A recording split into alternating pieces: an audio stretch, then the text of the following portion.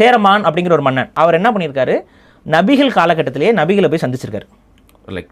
நபிகள் உயிரோடு இருக்கிற காலகட்டத்திலேயே நபிகளை போய் சந்திச்சுட்டு திரும்ப ரிட்டர்ன் வர வழியில் அவர் இந்த ஓமன் பகுதியோ எங்கேயோ வந்துட்டு அவர் இறந்துடுறாரு. அவருக்கு அங்கே ஒரு சமாதி இருக்கு, இன்னைக்கு வரைக்கும் இருக்குது.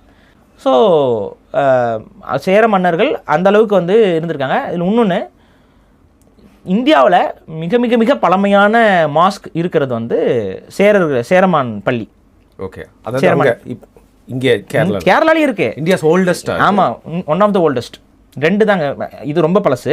இதுக்கு அடுத்து இன்னொரு பழசு வந்து நம்ம கீழக்கரையில் இருக்க பெரிய மாஸ்க். இதெல்லாம் வந்து பார்த்தீங்கன்னா நபிகள் வாழ்ந்துட்டு இருந்தார்ல, உயிரோடு இருந்தார்ல டைமில் அப்போவே கட்டப்பட்டது.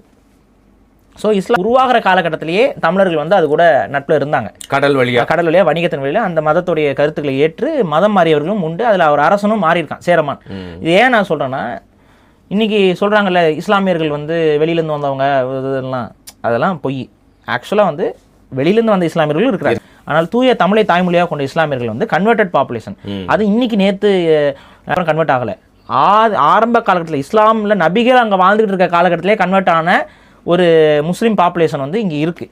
ஸோ அது ஈழத்துக்கும் போயிருக்கோம்ல கொஞ்சம். ஆமாங்க, ஈழத்துலேயும் தமிழை தாய்மொழியாக கொண்ட இஸ்லாமியர்கள் எல்லாம் தூய தமிழர்கள் தான். அவங்க வந்து வேற இனத்தவர்கள் அல்ல. அவங்க இனத்தால் தூய தமிழர்கள். அவங்க நபிகள் காலகட்டத்திலேயே மாறினவங்க. நபிகள் காலகட்டத்திலே அந்த கம்யூனிட்டி ஃபார்ம் ஆகுது. சரி. ஸோ அதுக்கு தான் இங்கே வந்து அவ்வளோ பழமையான மாஸ்க்லாம் இருந்திருக்கு. இதை வந்து நம்ம ஏன் சொல்கிறோன்னா, தமிழை தாய்மொழியாக கொண்ட இஸ்லாமியர்கள் மண்ணின் மைந்தர்கள், அவர்கள் தமிழர்கள். அதில் எந்த குழப்பமும் எந்த ஐயமும் யாருக்கும் வேண்டாம்.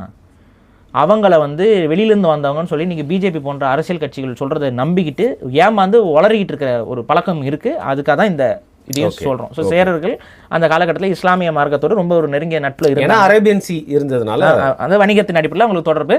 அப்போ அவங்க சொல்லக்கூடிய அந்த நல்ல கருத்துக்கள், இஸ்லாம் வளரும் போது இருந்தக்கூடிய அவங்களோட இந்த ஒரு தனித்துவமான பார்வை, இது அவங்களுக்கு பிடிச்சவங்க மாறுறாங்க. ஸோ இதையும் வந்து நம்ம மனசில் வச்சுக்கணும். ஓகே.